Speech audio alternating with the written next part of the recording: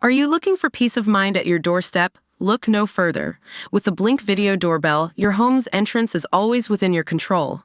Check out the link in the video description to learn more and get your Blink Video Doorbell on Amazon. Your home is in your hands. Susan Sarandon has reiterated her stance on the conflict in Gaza and said she will keep using her voice to speak out against injustice, despite the backlash she has received.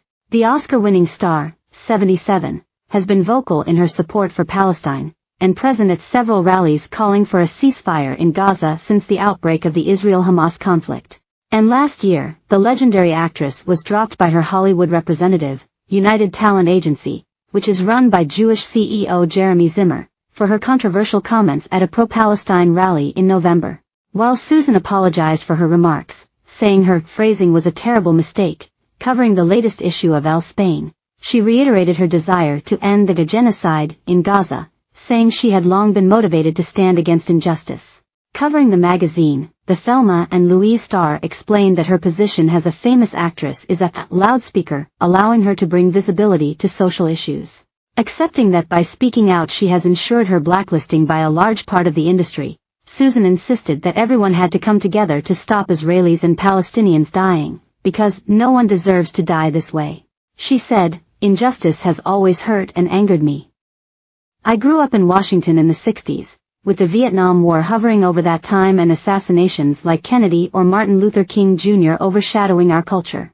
I didn't have to force myself to educate myself in this sense. It was the only plausible option. That's why I'm so surprised by the misinformation that exists today, at a time when we have everything within our reach. It is up to each of us to stop the genocide that is happening in Gaza, and that means that Israelis and Palestinians stop dying.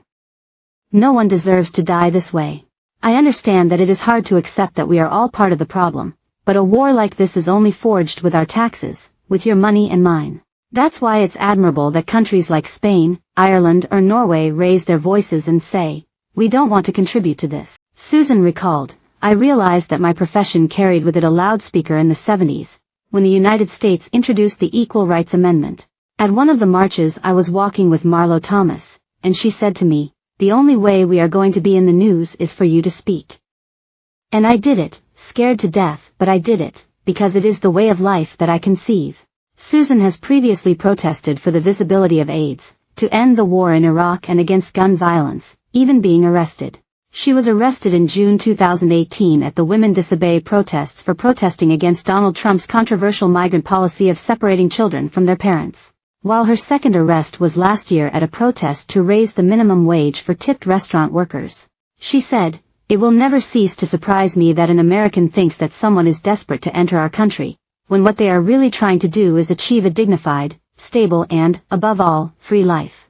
The Rocky Horror Picture Show star previously caused controversy in November, after she claimed Jewish people are getting a taste of what it feels like to be Muslim, amid the war with Hamas at a rally in New York City. She apologized for her remarks, saying that she had not planned to speak at the rally, but had been invited to address the crowd, and had intended to highlight the urgent humanitarian crisis in Gaza. But Susan acknowledged that her words ignored centuries of oppression and genocide in Europe, as well as recent atrocities, such as the Tree of Life synagogue attack. Taking to her Instagram, she said, "Intending to communicate my concern for an increase in hate crimes, I said that Jewish Americans, as the targets of rising anti-Semitic hate, are getting a taste of what it is like to be Muslim in this country, so often subjected to violence." This phrasing was a terrible mistake, as it implies that until recently Jews have been strangers to persecution, when the opposite is true. As we all know, from centuries of oppression and genocide in Europe, to the Tree of Life shooting in Pittsburgh, Pennsylvania, Jews have long been familiar with discrimination and religious violence which continues to this day. I deeply regret diminishing this reality and hurting people.